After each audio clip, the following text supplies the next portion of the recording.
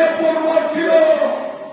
কোথায় কোথায় বেগম খালেদা জিয়াকে কটাক্ষ করেছে, কোথায় কোথায় বিএনপিকে কটাক্ষ করেছে, কোথায় কোথায় দেশের জনগণকে কটাক্ষ করেছে। ধর্ম আল্লাহ বরদাস্ত করেননি। শেখ হাসিনা বলেছিল 2021 সাল 2041 সাল এক একই সময় এক এক কথা বলে জাতিকে বিভ্রান্ত করেছে। সবার চোখ ফাঁকি দেওয়া যায়, আল্লাহর চোখ ফাঁকি দেওয়া যায় না। মানুষের জীবন যেখানে ক্ষণস্থায়ী, ক্ষমতা চিরস্থায়ী হতে পারে না। খালেদা জিয়াকে জেলে পুরে শেখ হাসিনা ভেবেছিল বিএনপি নামক রাজনৈতিক দলটিকে ধ্বংস করে দেবে। আর সেই আশায় আল্লাহ পছন্দ করেন নাই।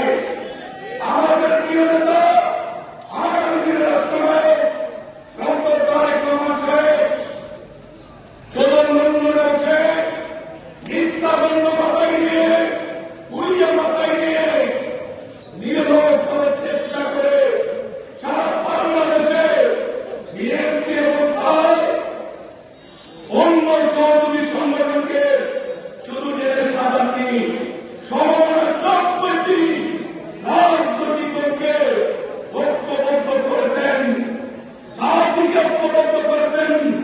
হাসিনা এবং তার প্রশাসন হাজার চেষ্টা করেছে ডায়েরি মামলা, বুতুরে মামলা, ঘটনা ছাড়া মামলা, মিথ্যা মামলা, প্রয়োজনে গুম করেছে, দলের নেতা কর্মীদেরকে দিয়ে কারাগার ভর্তি করেছে, রক্তে রঞ্জিত করেছে, অবিলম্ব সহ সারা বাংলাদেশের রাজপথ। কিন্তু আমাদের মনোবল রাখতে পারেনি। আমরা তারেক রহমান সাহেবের নেতৃত্বে ঐক্যবদ্ধ ছিলাম। কোন লোকলালসা, কোন ভয়ভীতি আমাদেরকে রাস্তা থেকে সরাতে পারে না। আজকে অনেকে ভাবছেন সুদিন চলে এসেছে।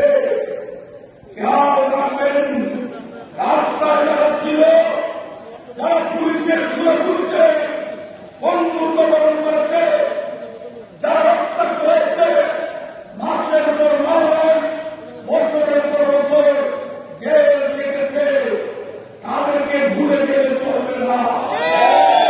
আজকে যে সুন্দর দিনগুলি দেখছেন, যারা পুলিশকে খাওয়াচ্ছেন, খেয়াল রাখবেন এই পুলিশ আমাদের রক্ত চুষে গিয়েছিল। আমরা সব পুলিশকে দোষারোপ করি না। ময়মনসিংহের পুলিশ আজকে অভিযোগে বিএনপি বলেছেন, অভিযোগে যারা আমাদের মুখে করেছেন তারা অন্য জেলায় বই পাঠিয়েছেন। আপনাদের উদ্দেশ্যে আমাদের বক্তব্য, আওয়ামী লীগ আর বিএনপি এক রাজনৈতিক আদর্শ বিশ্বাস করে না। বিএনপি আল্লাহর উপরে নির্ভরশীল, আর জনগণই হচ্ছে দুনিয়াতে মানুষের প্রতিনিধিত্বকারী বিএনপি সবচেয়ে বড় শক্তি। বিএনপি জনগণের শক্তিকে বলিয়ান হয়ে বারবার রাষ্ট্রীয় ক্ষমতায় দিয়েছে। পুলিশের কাছে ভোট করে বিএনপি কোনদিন ক্ষমতায় যায়নি, ভবিষ্যতে যাবে ইনশাআল্লাহ। খেয়াল রাখবেন, এই 1 বছর আগে, গত 24শে জুলাইয়ের আগে, আগস্টের 5 তারিখের আগে হরিগঞ্জের রাজপথে এই পুলিশ আমাদের সঙ্গে কি শত্রুতা আচরণ করেছিল। আমরা বাড়ি করে থাকতে পারিনি, পরিবার পরিজনের কাছে যেতে পারিনি, আমাদের ব্যবসা বাণিজ্য সব কিছু ছিনিয়ে নিয়েছিল। সেই জন্যই হাসিনা 5 তারিখে পালানোর আগে বাংলাদেশের অনেক থানা থেকে শেখ হাসিনার পুলিশ পোশাক ছেড়ে পালিয়েছিল। বাংলাদেশের ইতিহাস। আমরা অনুরোধ করি বিএনপির পুলিশ প্রত্যাশা করে না। আমরা বাংলাদেশের পুলিশ দায়িত্ব তোমাকে দেখতে চাই।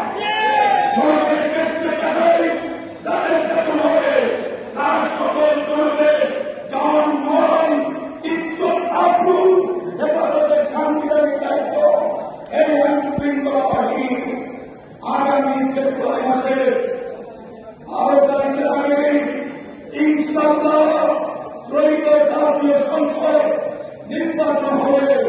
আমাদের প্রিয় নেতা অত্যন্ত দূরদৃষ্টি সম্পন্ন